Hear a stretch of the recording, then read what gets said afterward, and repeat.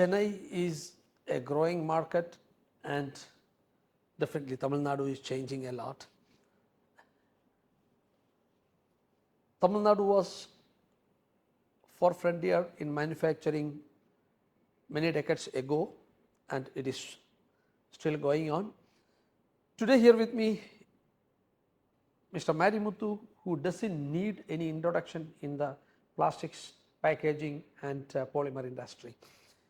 Thank you, Mr. Marimuthu, for joining us here in Chennai, and I'm happy to see you after a long time and seeing the change and growth happening with your company. Tell us about, your journey was not started very easily, and the growth is happening now again, growing bigger. Tell us your journey to our viewers about, how did you started and the growth, and where are you now, and such things. Thank you, Jigu. See, I'm the first time entrepreneur. My mother told me, don't go to any job, start your own thing. That was my mother's word. So I kept in that, and I was searching for that. After completing my super studies, I have started in a small car shed in a small way, building machines, equipments. Then I started manufacturing equipments, machineries for plastic industries. Then third stage, we went to injection molding and thermoforming. When I started, the constraint was finance and space. We had a lot of technical knowledge, but we don't have a financial support. But getting advice from the friends and the people who are buying our machines, with advance we started, and slowly working hard, we built up that industry. And today the equipments are exported to more than 30 countries, including Canada and USA. So our name, basic name we went from the Arun Enterprises, which was manufacturing grinder, mixer, ancillary equipments and machinery for the plastic industries. So there was no scope to further investment in the fabrication. So we have invested in injection molding and thermoforming. Today we have thermoforming and injection molding together about 200 plus machines. We have factories in Chennai, Rajamundry, then Haridwar. We have 2 factories. So altogether we work for mostly FMGC companies and Walmart and Costco, McDonald's, the global customers. So our growth continues to work and growth with our team. We support to all major FMGC and European American customers. The growth is not simple. My advice to all startup industry and young people who look at the industry, then people who are currently working for industry, first you decide what you have to do.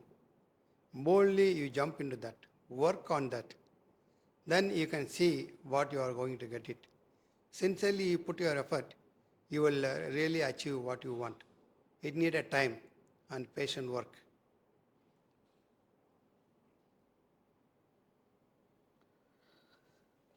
What are the changes when you compare, India, China and Europe? And how do you see, what are the changes we have to do in our way to grow bigger? Like as we were discussing about manufacturing in China and India. Could you elaborate what is your view on this? See, India is a growing country now. The total scenario is changing. So as per changes, the government also must look the industry with big support, infrastructure, power, finance. These are the major things. We have a huge human available with engineering and so many qualifications, people are available.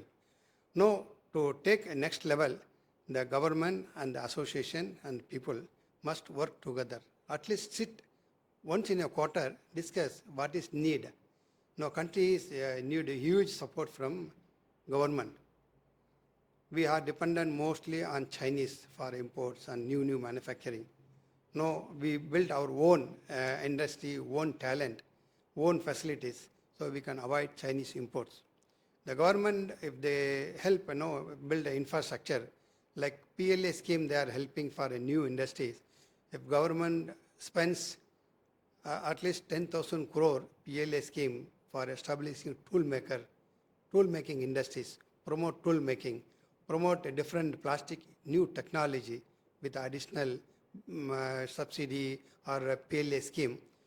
Really we can challenge the current Chinese invasions, and our industry and our people can grow.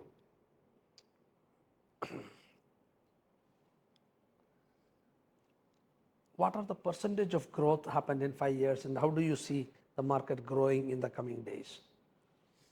See, the growth is huge. Those who have a talent, those who have a facility, businesses are very huge. But only we have to invest and we have to think what is needed. In our example, 5 years before we were exporting, we were shipping per day 8 million parts now.